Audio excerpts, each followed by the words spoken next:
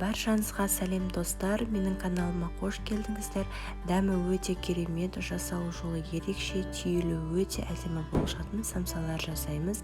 Міндетті түрде видеоның соңына дейін қарап, менің YouTube парақшама тіркелуді ұмытпаңыздар. Ең алдымен ыдысымызға жылы айранымызды құямыз, үстінен ерітілген сары майымызды және жұмыртқаның ақуызын құйып араластырамыз. Араластырып болғаннан кейін үстінен бір шай қасық тұзымызды салып тағы да араластырамыз. Енді осыған ұнымыздың жарты бөлігін елегімізге өткізіп үстінен соданы және де разрыхлительді қосып тағы да араластырамыз. Төменге описанияға міндетті түрде рецепті жазып қалдырамын. Енді қалған ұнның бөлігін тағы да қосып осылай қазір араластырып жіберіп қолымызбен қамыр илейміз. Қамырымыз қолға қатты жабыспайтын, осында әдемі болып шығады. Осыны қазір жарты сағатқа демалдырып қоямыз. Қамырымыз дайын болғанша салмасын турап дайындап қоямыз. Оған бізде әдеттегідей фарш және де пиязды, бір үлкен пиязды майдалап турадым. Осыған тоз бұрышымызды және де қойдың құйрық майын аздап қосып жіберіп араластырдым.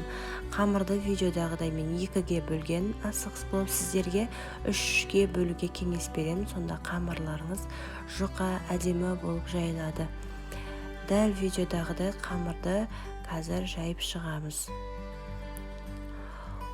Осылай әрбір бөлігін жақсылап ұнымызға аунатып, жұп-жұқа етіп жаямыз. Жаңаға мен айтқандай 3 бөлікке бөлсеңіздер қамырларыңыз әдемі болып жайылады. Жайып болғаннан кейін дәл видеодағыдай осылай екі шетін итеріп ортасына қарай апарамыз да осылай шешіп аламыз қамырымызды. Бұл менде үлкен болып кетті. Дәл жаңаға айтқандай 3-ге бөліп жайсаңыздар ойдағыдай болып шығады.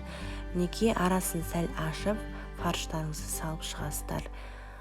Осылай салып болғаннан кейін екі шетін біріктіреміз. Видеодағыдай жақсылап жабыстырып аласыздар, шешіліп ашылып кетпейтіндей етіп, және де ортасынан осының кесіп шығамыз.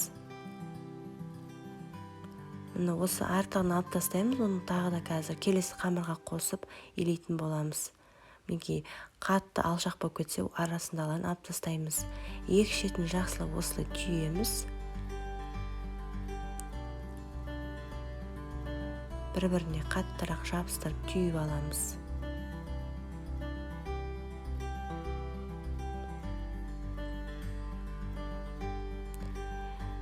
Мінекей қыздар дайын болып қалды. Осыны қазір 200 градуста қызарғанша кәдімгі самса пісіргендей пісіріп аламыз.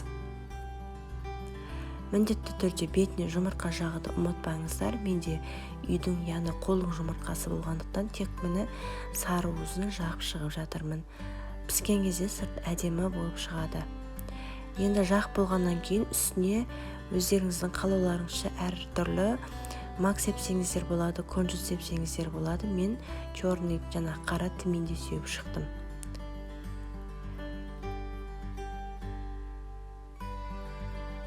Енді осыны қазір печкада пісіруге жібереміз.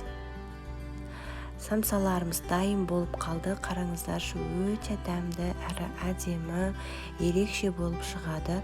Қонақ күткенде міндетті түрде жасап көріңіздер менің рецептіммен. Әлі талай күшті рецепттермен бөлсемін. Менімен бірге болыңыздар. Барлықтарыңызға ас болсын.